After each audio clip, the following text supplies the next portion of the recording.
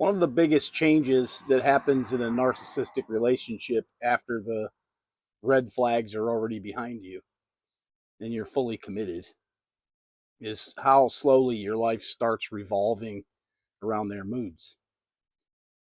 Not because they directly say it has to, but because everything becomes easier when they're happy. And everything becomes exhausting when they're not. So without realizing it, you start adapting yourself around them. You start paying attention to their tone the very second they walk into a room.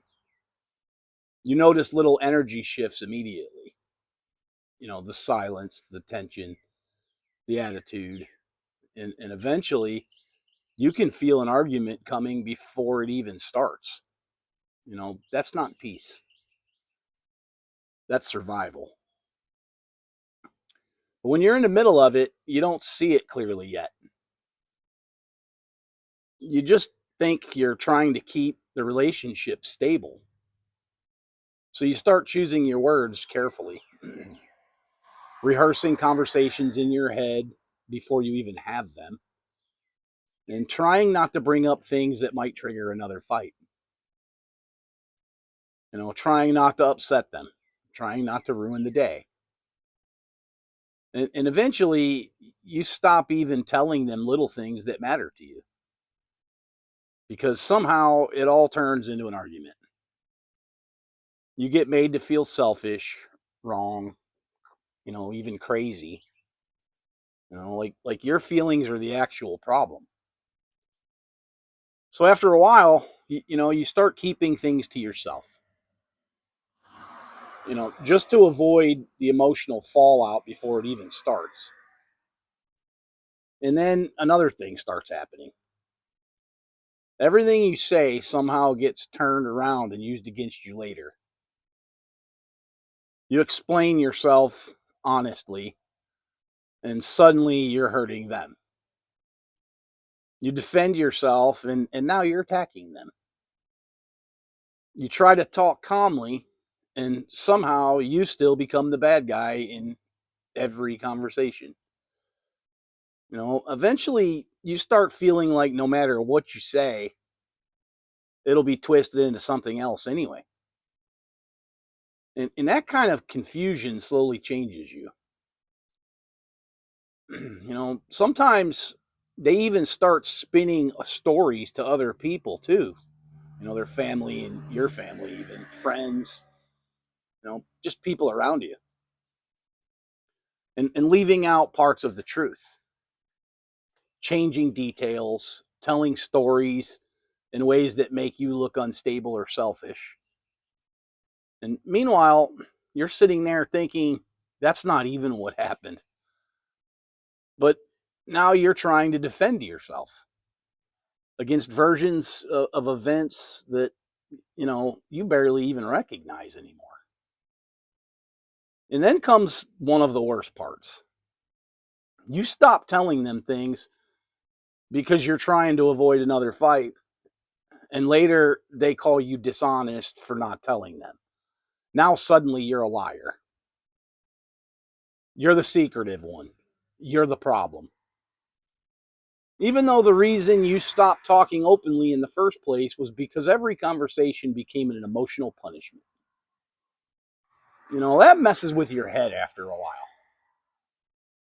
And after enough time, you realize you're spending more energy managing their emotions than living your own life. That's exactly what happened to me. And if you've watched my channel for a while, you already know where this relationship eventually led me mentally, emotionally, and financially. And eventually into homelessness while trying to rebuild my life after it all collapsed. Those videos are already here. So when I talk about this stuff, I'm not talking from a textbook. I actually lived it.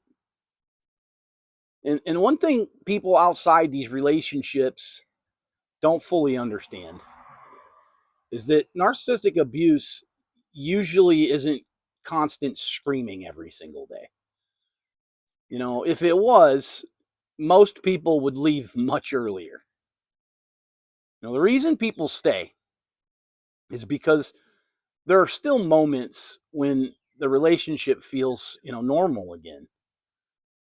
Sometimes even good again. That's what confuses the hell out of you. You hold on to those moments and you start thinking, well, maybe things are finally starting to change. Maybe this version of them is the real one. But the emotional instability always comes back. And, after a while, you stop feeling emotionally safe, just even inside the relationship. You start feeling emotionally cautious instead. That changes people. You become hyper aware of everything. Facial expressions, tone changes, body language, how long it takes them to answer a text, the wording of the text, how hard they close a cabinet, how quiet they suddenly get. Because your brain is constantly trying to predict where the next emotional shift is coming from. That's an exhausting way to live. Over time, you slowly stop feeling like yourself. You become anxious, drained, careful.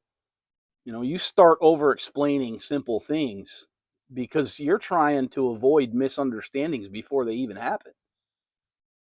You apologize constantly for things that don't require apologies. You stop fully relaxing or even relaxing at all. Even when nothing is technically wrong, because your nervous system never fully trusts the peace anymore. And another thing narcissists do is they make you feel responsible for their emotions. If they're upset, you feel pressure to fix it. If they're angry, you feel pressure to calm them down. If they're distant, you feel pressure to figure out what you did wrong. Meanwhile, your own emotional needs slowly get pushed aside. They just don't matter. And when you finally do try to talk about your feelings, somehow the conversation always gets turned around on you.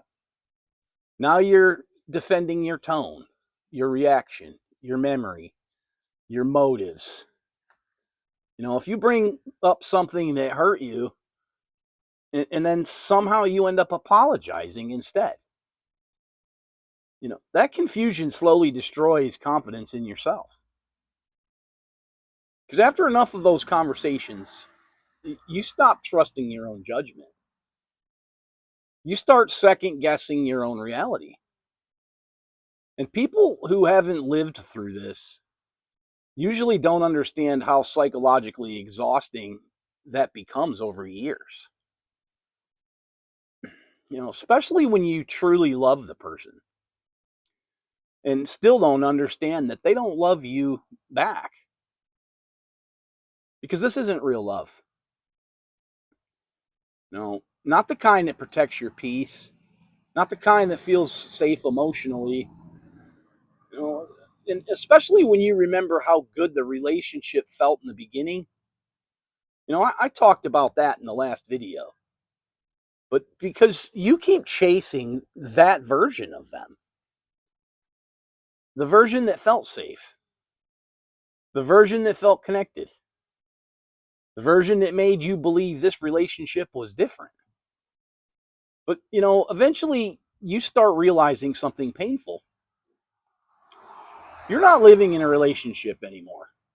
You're living in emotional survival mode.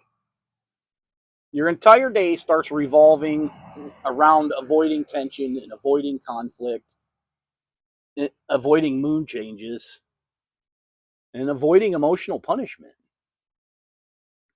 And one thing narcissistic relationships slowly do is isolate you emotionally, sometimes physically too. but almost always emotionally. You stop talking to people about what's happening because it's hard to even explain. Half the time, you barely even understand it yourself.